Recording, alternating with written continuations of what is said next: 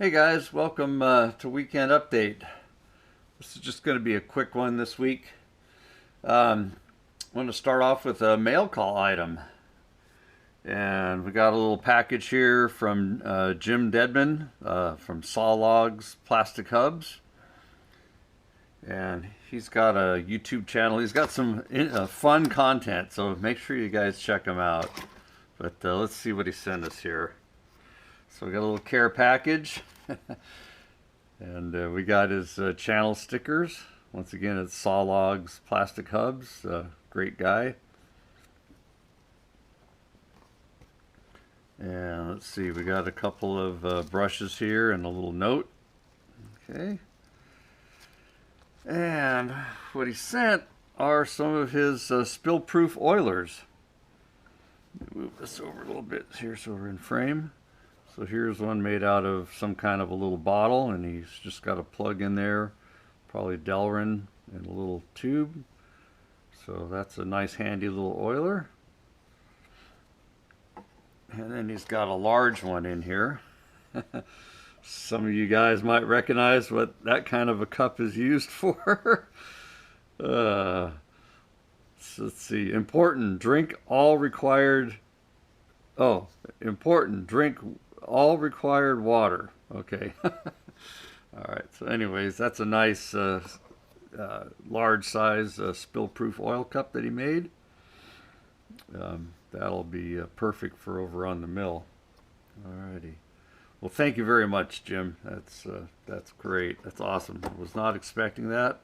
I was thinking I was just getting a couple stickers. And then once again, there's his channel stickers. And we'll put them up on the board as soon as we can get to it. We've got a big pile of junk in front of the board in the mill right now. Okay.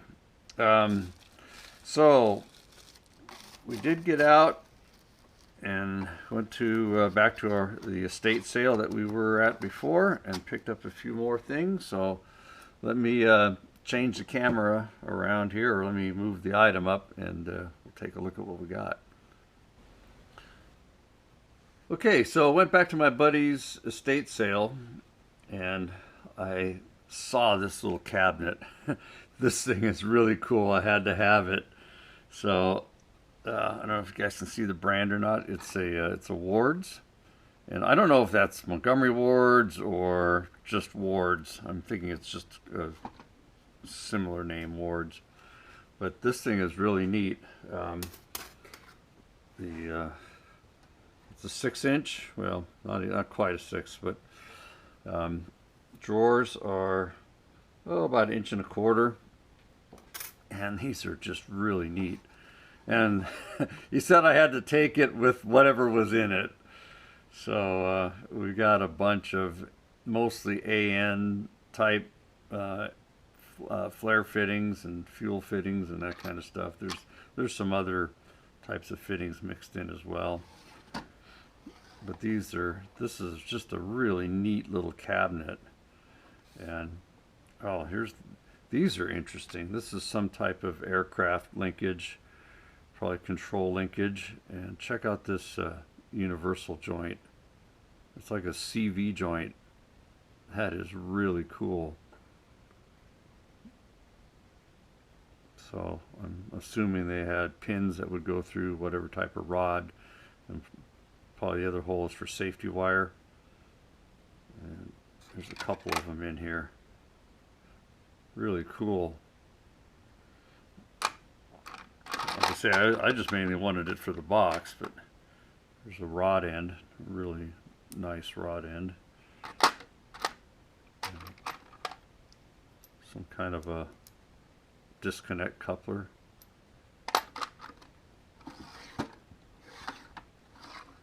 More fittings, some valves. This is a kind of a unique one. This could be like a fuel tank drain, like aircraft, for checking if there's water in the tanks.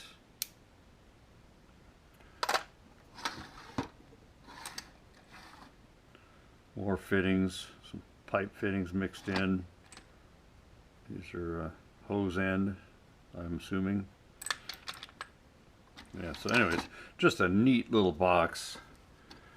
Really cool. That'll be really nice to have on the bench. All right, let me show you the next one. Okay, so this one is another really neat little cabinet, and it's shop made. Um, this guy is the state. He was a shop teacher, so this was probably a student project or an example project that he made. You know, that the students were to copy, something like that. But nice. Nice little drawers, well made. And again, I had to take it with whatever was in it. I don't know if this is Delrin or it could be Polypro. But, oh, and look at this. Jeweler's saw files for saw blades. Let's see if I can get one of them out of here. So I'm gonna have to get a bunch of them out. They're coming together here. See if I can get it in frame here. So these are extremely fine scroll saw blades or some other type of holder. I mean, these are dinky. I do have a scroll saw. I don't know if they'd survive in mine or not, but wow, I thought that was pretty neat. So anyways, this is just a really cool little cabinet. Got some old tape in here and miscellaneous stuff. Here's extra handles. There's quite a few of them in here, and blanks to make more handles. There's a fin or a blade. I'm not sure what the proper terminology would be, but that's for a sundial. There's 3 of them in here. I don't know if these were, if there's something that he casted, or if they were just a standard off-the-shelf kind of a thing. But yeah, they came with it. So just a really neat little shop-made cabinet, and it's just got a natural patina on it, and I'm not sure if I'm going to try to clean it up or maybe just put some preservative on it. It just looks so cool just the way it is right now. It's well made. There's nice guides for the shelves. Just super cool. Okay, got a couple more items. So I found a couple of shop-made pullers, and let's look at this guy first. So they're very well made, nicely done. This one, just looking at the wear here, it's been used. I was a little, well, let's just say I was a little nervous about the jaws themselves, if they were heat treated, because if you made these just out of mild steel, you know, the odds are these jaws would just bend as soon as you put a decent load on them. But I mean, this has been used, so I don't know what kind of material it's made out of. It may be a hardenable steel, and I'm not sure if this is going to show up in the camera, but there's a bluing on here, so they may have been heat treated, or just blued. Hard to tell. But yeah, really well done, and really cool looking. These are just shoulder bolts that have been trimmed to length. Okay, let's take a look at the other one. All right, so this one here is very nice, and just looking, there's no wear marks on here at all, so I don't know if this one's ever been used, but it's got the extra collar on here, you know, to lock your jaws in, which is a really nice feature if you're trying to pull something that's slippery. And the jaw pins are nicely made. It's got a nice knurled knob on there, little step, shoulder, just you know, a lot of detail.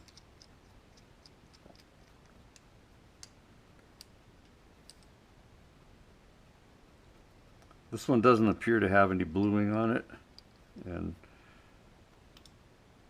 a little finish grinding on the jaws there.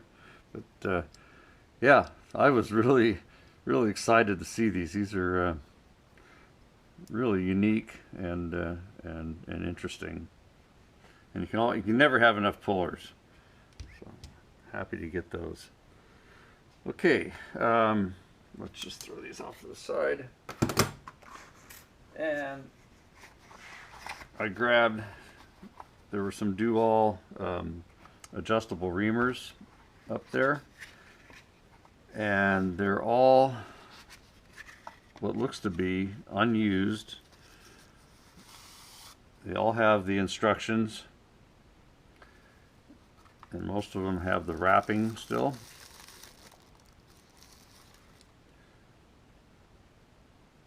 It's a very nice, high quality and perfect condition adjustable reamers.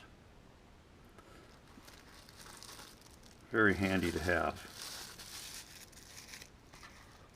We'll put that back in later. And so we've got 4 different sizes. This one here is a Cleveland, but same deal. It's still in the original wrapping.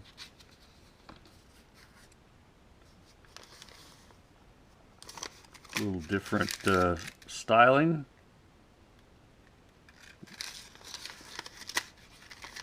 Paper's dried out, but still in good condition, new condition.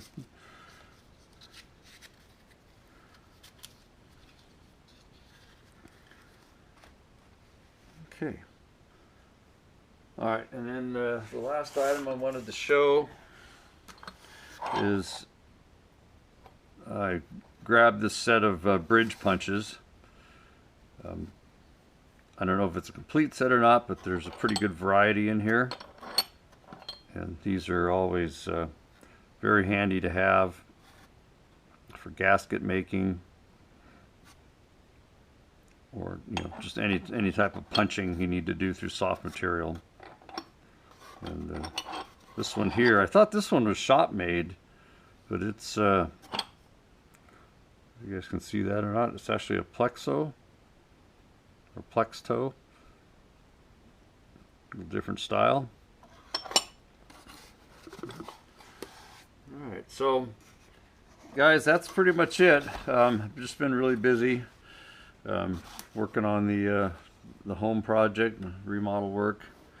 So, but I wanted to share these, and I want to thank everybody for stopping by. And if you can, please hit that subscribe button. It really helps with the channel, and the like button.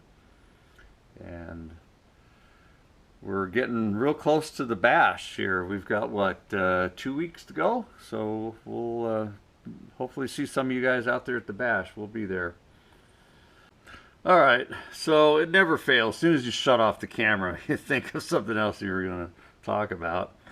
So just in case you don't know how to adjust one of these reamers, and I'm not an expert on these, I've only used the adjustable reamers a few times. This is one I just grabbed out of my toolbox.